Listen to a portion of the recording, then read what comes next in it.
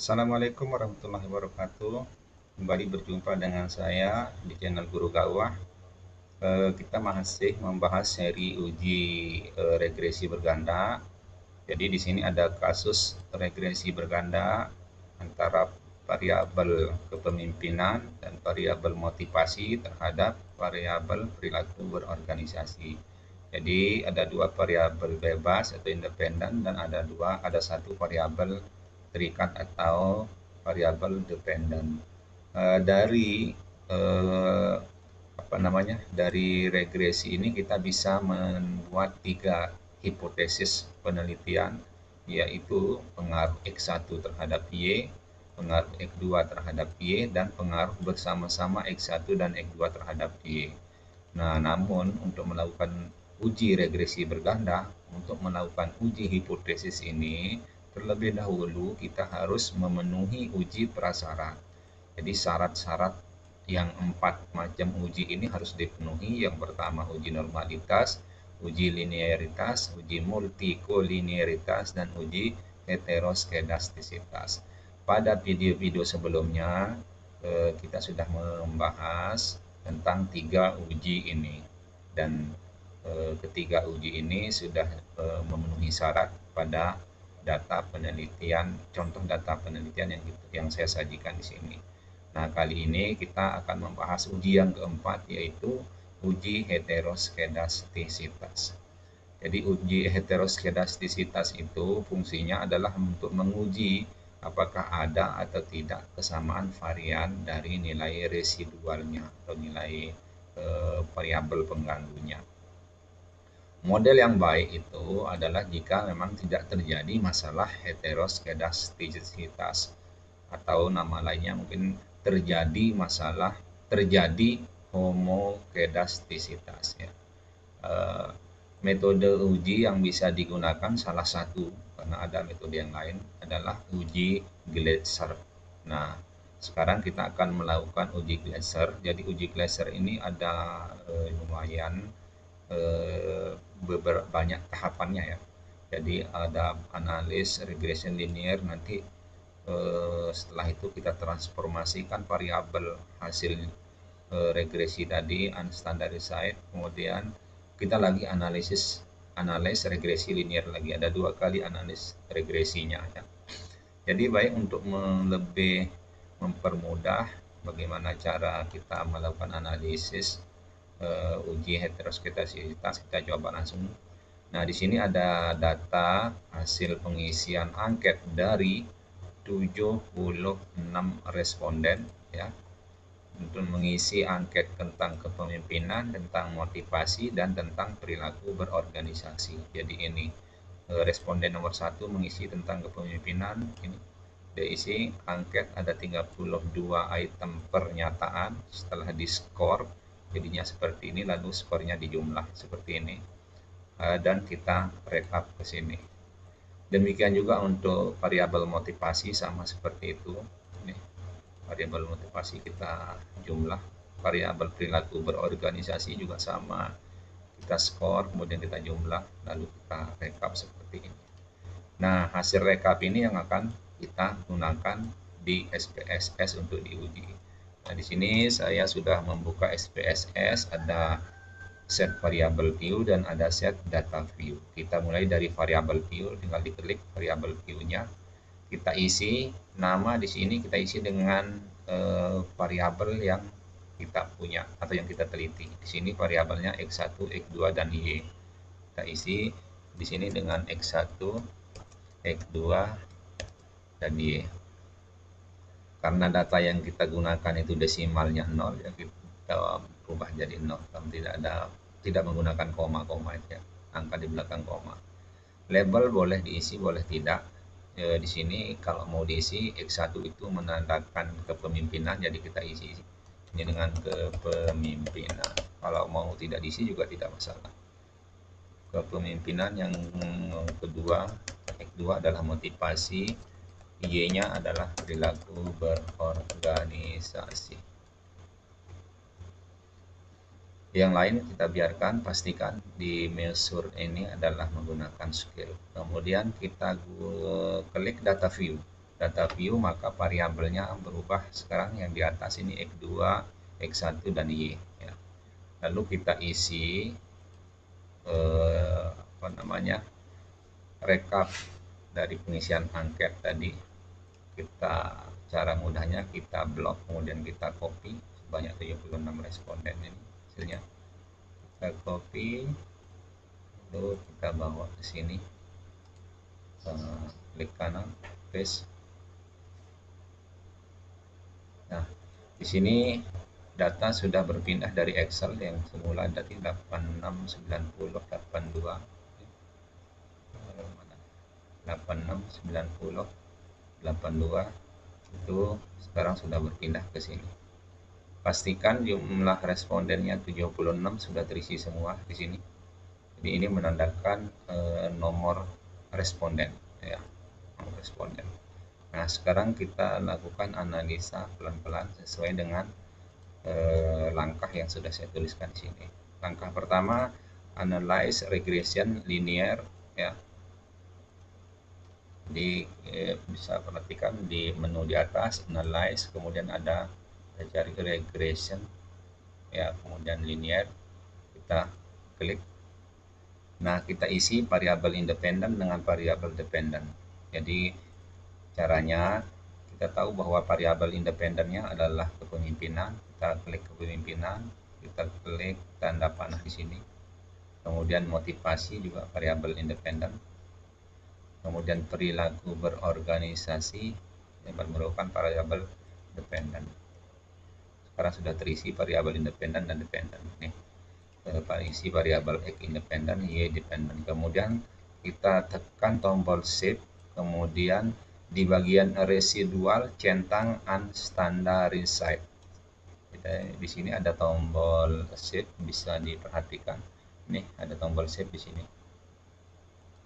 Lalu di residual kita tekan, kita centang unstandarized. Hati-hati karena di sini juga ada unstandarized, maka tadi sudah ada keterangan di residual kita tekan unstandarized. Lalu kita tekan continue, lalu kita tekan OK. Nah, akan keluar output SPSS. Jadi output SPSS tulisannya regression, jadi ada banyak tabel yang keluar. Kita abaikan yang ini. Jadi kita abaikan yang ini, lalu kita kembali ke SPSS yang satu. Jadi ada dua file kan, ada output sama tempat kita isi tadi. Nah, sekarang sudah muncul variabel baru. Yang tadi awalnya hanya X1, X2, dan Y, sekarang muncul variabel baru namanya res_1. Jadi ini adalah variabel residualnya, variabel sisa dari hubungan X1 dan X2 terhadap Y. Nah, sekarang langkah selanjutnya adalah kita akan mentransformasikan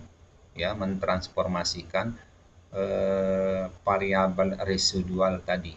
Jadi nanti caranya adalah kita klik transform, kemudian compute variable. Jadi kita buka yang ini. Jadi kita analyze, transform. Nih, di sebelahnya analyze ada transform menu, kemudian compute variable, kita klik. Nah, sekarang muncul seperti ini. Ada kotak dialog compute variable. Di target variable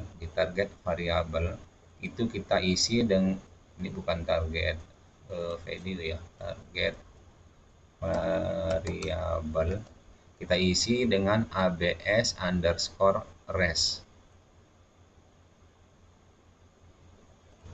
Jadi di sini kita isi dengan abs_res.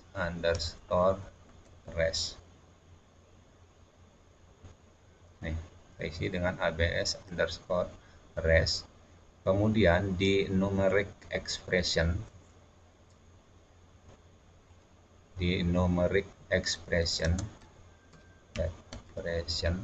itu kita isi dengan abs, kemudian kita klik unstandarized, kemudian kita klik unstandarized. Nah, di sini kita ketik abs Kemudian kita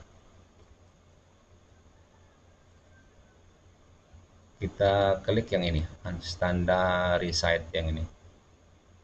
Kemudian kita klik tanda panah di sini. Ya, jadi sekarang maaf ini dikurung. PS dikurung, kemudian kita klik yang ini ya.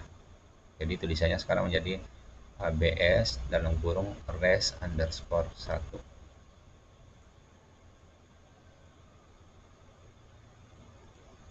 Lalu kita klik OK.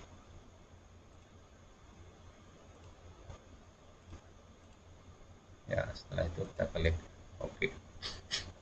Maka akan muncul lagi output SPSS ini compute ABS underscore res. Ini kita abaikan kembali, jadi 2 kali kita abaikan. Maka akan muncul variabel baru namanya ABS underscore res. Jadi ini kepanjangannya absolute residual. Jadi ini sebenarnya adalah hasil transformasi dari variabel residual yang tadi. Jadi coba kalau diperhatikan di sini negatif 12,12, di sini menjadi positif 12. Jadi ini 11,59, jadi 11,59. Jadi ini diabsolutkan, yang nilai negatif berubah jadi positif. Semua dipositifkan, itu namanya absolutnya.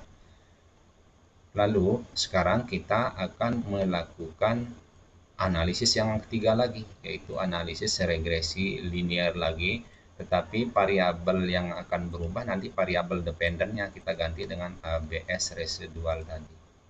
Jadi caranya kita analis, ya analis, kita regresi lagi seperti yang pertama tadi, regression linear. Nah, ini hasil isian yang pertama tadi. Kan tadi kita isi dependennya perilaku berorganisasi. Sekarang perilaku berorganisasi ini kita kembalikan ke sini. Caranya klik perilaku berorganisasi, kemudian kita klik tanda panah yang ini, maka dia akan kembali ke sini. Nah, kita ganti dependen ini dengan ABS res yang tadi yang terakhir ini. Absolute residualnya yang kita isi menjadi dependen. Jadi kita klik di sini. Lalu kita buka, kita klik tombol save, kemudian hilangkan unstandarized-nya. Jadi unstandarized tadi kan kita pernah isi tadi, pernah centang gitu, di pertama tadi. Jadi di sini ada tombol save, kita klik save. Nah, kalau kita lihat ini tadi di pertama kita centang yang ini. Nah, sekarang kita hilangkan centangnya, kita kembalikan ke kondisi yang normal seperti biasa, lalu kita continue. Nah, tinggal kita OK. Nah, keluarlah output regression. Ada 1, ada 2, ada 3, ada 4. Ya, jadi ada 4 output yang keluar dari SPSS. Nah, yang kita lihat adalah yang keempat ini. Lihat output SPSS bagian koefisien. Nah, kita lihat nilai signifikannya harus lebih dari 0,05. Jadi untuk memudahkan kita klik di sini ya. Kita klik di koefisien, kemudian klik kanan, kita copy saja. Lalu kita paste di Word. Nah, sekarang berpindah di sini. Nah, yang mana dilihat? Yang ini saja. Nilai signifikansinya harus di atas 0,05. Jadi jika nilai signifikansi di atas 0,05 maka tidak terjadi masalah heteroskedastisitas. Nah, di kepemimpinan atau di X1, kita tadi kepemimpinan X1 itu nilai signya itu sama dengan 0,541. Jadi itu dibaca 0,541. Ternyata nilai ini di atas nilai 0,05. 0,05 itu taraf kesalahannya. Berarti maka tidak terjadi masalah heteroskedastisitas. Demikian juga pada variabel X2. Nilai signifikansinya di sini pada variabel motivasi adalah 0,692. 0,692. Ternyata 0,692 juga lebih dari 0,05. Nah, karena lebih dari 0,05 maka kesimpulannya tidak terjadi masalah heteroskedastisitas. Karena kedua variabel independennya tidak terjadi masalah heteroskedastisitas, maka ya syarat uji heteroskedastisitas sudah terpenuhi. Nanti jika ada 3 variabel independen maka akan muncul 3 baris di sini ya. Ada 3 baris tabelnya. Nanti tiga-tiganya harus dibandingkan dengan ini juga sama seperti yang ini. Nah, jadi saya kira itu saja untuk heteroskedastisitas. Berarti pada kasus ini uji heteroskedastisitas sudah terpenuhi. Maka kita sudah bisa melanjutkan ke uji hipotesis. Untuk uji heteroskedastisitas kita cukupkan sekian. Assalamualaikum warahmatullahi wabarakatuh.